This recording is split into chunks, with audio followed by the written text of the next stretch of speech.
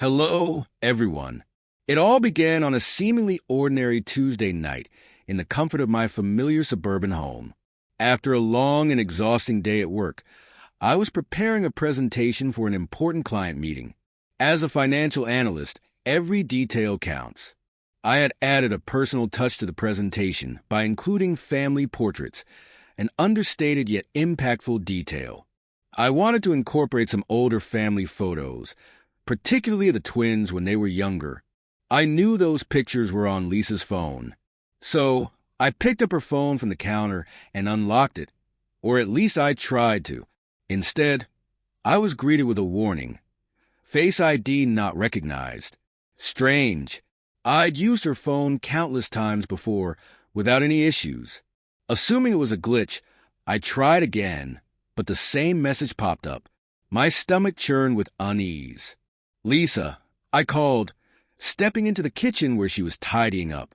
Did you change your phone settings? She paused, her hands lingering on a dish longer than necessary. It's just for security. She replied casually, though her tone was tight, the kind she used when trying to avoid a subject. I brushed it off, unwilling to jump to conclusions. But when I asked her to unlock the phone so I could grab the photo, she hesitated before saying, "Why don't I just find it for you?" She darted her eyes and nervously tucked her hair behind her ear. Moments later, she handed me the phone, the photo already pulled up. I forwarded it to myself and said nothing, but her defensiveness stuck with me. It was a simple request. Why had it caused such unnecessary tension? That night, as we lay in bed, I couldn't shake the unease. Her back was turned to me, and I finally asked, "Lisa, why did you change the phone settings and remove my Face ID?" She froze for a moment before muttering, "I told you, Mark, it's for security." "But we've never had secrets before," I pressed. "What's changed?" Her response was sharp. "Not everything has to be a big deal. You're being ridiculous." Her anger stunned me. This wasn't like her. Alarm bells rang in my head, but I let it go, not wanting to escalate things. Over the following days, her behavior grew more guarded. She always kept her phone close, took calls in another room, and stayed out later than usual for meetings. My suspicions grew stronger. One evening, when she left for one of these supposed meetings, I decided to act. As soon as her car disappeared from the driveway, I activated the tracking app we'd set up years ago for emergencies. The app led me to a hotel across town, nowhere near her workplace.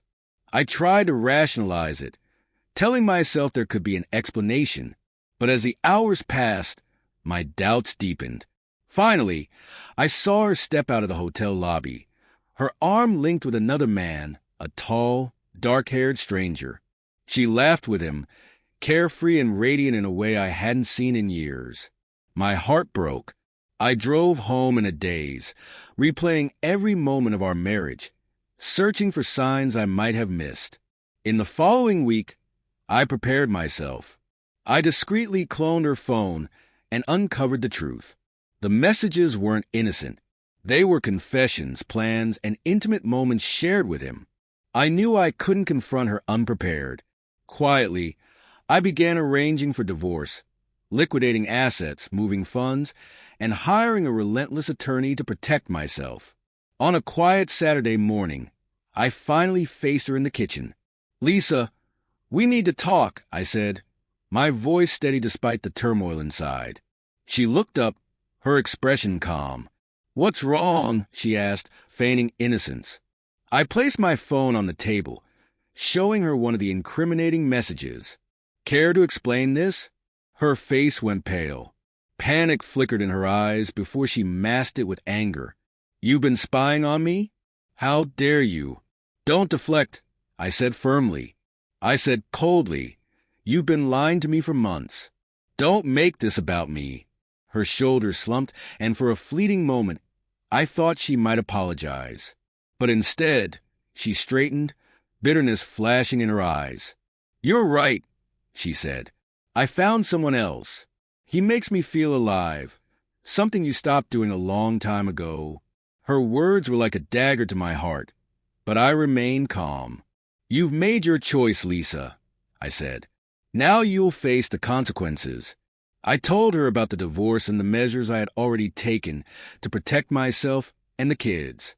Her defiance crumbled, replaced by fear as she realized she had underestimated me. I walked away, leaving her to deal with the mess she had created. Sometimes, endings are painful, but they pave the way for new beginnings. I had already communicated with my attorney and ensured everything was in place: the house, the funds, and the arrangements for the kids. Her face twisted in anger, her hands clenched into fists. "I built this life with you," she spat. "You can't just take it away from me." I chuckled softly. "Life provided you with loyalty and trust, Lisa," I said. "But you threw it all away for someone who likely won't stick around once he realizes what's left." She opened her mouth, then closed it, struggling to find words. But no defense came. She knew she was at fault. Instead of regret, she lashed out with accusations, shifting her guilt onto me as though her betrayal was somehow my doing. "If you want a divorce, I'll fight for it," she hissed. "But you're not walking away with everything." "Do what you must," I replied calmly, "but never forget, you destroyed this, not me." As I turned away, I could feel her rage simmering behind me.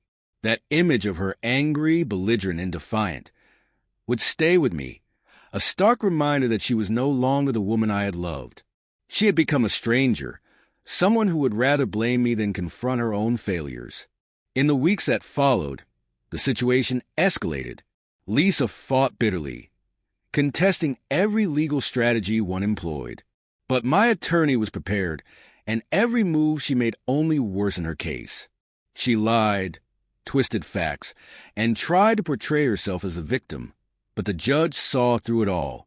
The process was draining, but each small victory brought me closer to closure. I watched as anxiety crept into Lisa's gaze, her confidence unraveling as the reality of her situation set in. The life she had fought to maintain was crumbling, and she had no one to blame but herself. When the divorce was finalized, Lisa was left with almost nothing. The house was used to settle her debts, and her lover disappeared the moment her stability collapsed. The irony was undeniable. She had traded her marriage dignity and family for the fleeting thrill of an affair, only to end up alone. As for me, I felt a quiet sense of freedom. The anger that had once consumed me transformed into a calm resolve. I disappeared from her life, leaving her to face the consequences of her choices. Lisa was left to reflect on the man who had once loved her deeply, but had been forced to walk away. And I began rebuilding, determined to create a new life filled with the happiness and peace she had taken for granted.